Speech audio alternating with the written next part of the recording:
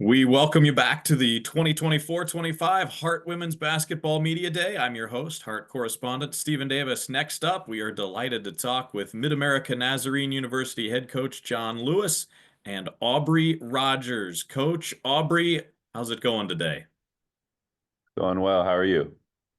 Doing well. Coach, we'll start with you. Another season right around the corner for you at MNU. Describe this year's team. I know everyone's a bit unique. What makes this year's squad special for you? This year's squad is unique because it's a brand new group, young, energetic, a lot of teaching going on, but they're very receptive. And like I said, they're excited to play. We're excited to find out what we're about and how the team responds to some adversity. We've got a lot of good pieces. Everybody seems to be rowing the same direction and on board with what we need out of them. But you just never know when that pressure hits how they're going to respond. So we're just excited for the competition. Like I've always said, we're in a great league, great opportunity always to show what we can do, not only locally but nationally, and try to carry the flag for the Heart. Coach, tell us about Aubrey there next to you and her importance to your team. Well, first off, Aubrey's a great individual, high character. She's been a loyal pioneer for many years. Her family's been tied to the university um, for a long time. Her grandpa was formerly the coach here. Her aunt played here. Mom went to school here. Grown up in the community, she loves MNU and what we're about. She exemplifies everything that we ask in a student athlete. She's been a mainstay on our rotation the last 2 years. We expect big things from her. She's not only good on the court, like I said, but off the court. We just like to see her communicate and lead from the front a little bit more, not just by actions. But we never have a complaint with her, and she's just been a great soldier for us. Aubrey, Coach just said it. They want you to lead with actions. How do you hope to step up as a leader for this year's team?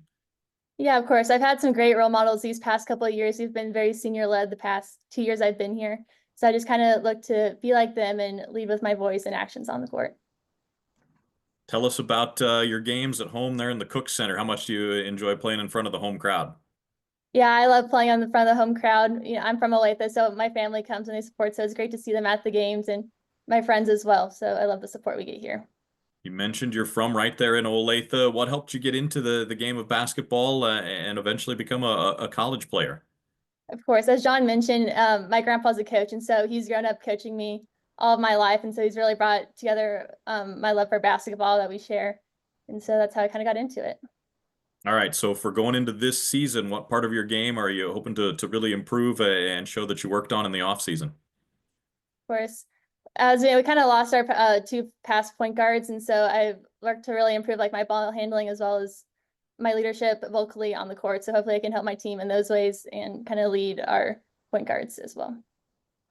Coach, back to you. You touched on the fact that you want to see your group have some adversity early and see how they respond. Well, your schedule coming up has some tough games, some of the best programs in the country on there. That's assuming on purpose that you want to test your team early before you get into heart play. Yes, sir. We get well, now with 28 games for the NAIs by rule and us having 24 league games, we only get 4 non-conference. We've always thought it was essential to go and play the best teams in the country to see where we fare and if we do well, obviously to help the Heart conference. And it's just kind of always been our nature. When I first started coaching, I was told by another coach in the league, "Hey, you have to go play every Raider in the country that you can." So you can get respect for your program. And that's kind of how we built the culture around here, going and challenging anyone and everyone, usually not on our home court, if ever. And then, seeing how we fared. Then we always knew if we could compete with those teams and do well in our league, that we had a chance to be successful in the national tournament. So, yes, it's by purpose. We did it as well last year. I think we played 3 ranked teams in 3 days in Arizona. But yeah, we want our players to know we're not afraid of anybody. Doesn't mean we can beat everybody, but we want to be able to compete and then find out where we need to be to have a great regular season in our conference, which we think is elite. Coach, I want to go big picture here for MNU for a moment. In August at the Hart Summit, MNU was awarded the Hart Commissioner's Cup, first in program history, top athletics department in the conference. How much did that mean to you as an alum and someone who's coached there now for so many years? Oh, that's a great honor. Comes with great pride. It really just says a lot about the university's dedication to our student athletes and our programs, about the coaches we have, about the administration we have. And it's always good to get recognition. I don't know that recruits really know what that's all about, but I think other programs, other leagues understand that when you get that Commissioner's Cup, you've put together a great season and that you're doing great things with your programs. Coach, you told us about Aubrey already. Name some more names for us, either returners or newcomers that you think could play a key role for you this year. Yes, we have Cameron Green, 6 foot, kind of power post player. It's really improved her game, her ability to handle and stretch the court. She was freshman of the year last year. We feel really good about her anchoring down the post play.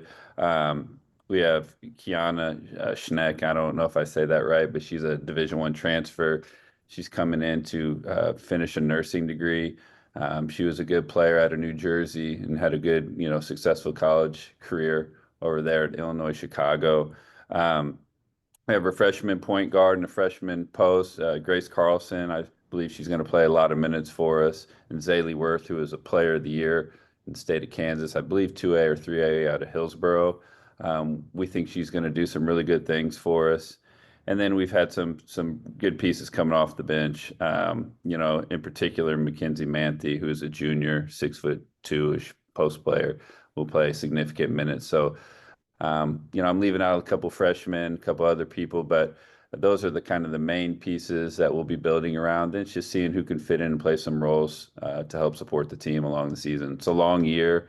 We depend on more than just, our 5 or 6, main players. But yeah, we want everyone to be able to produce when they get their opportunity.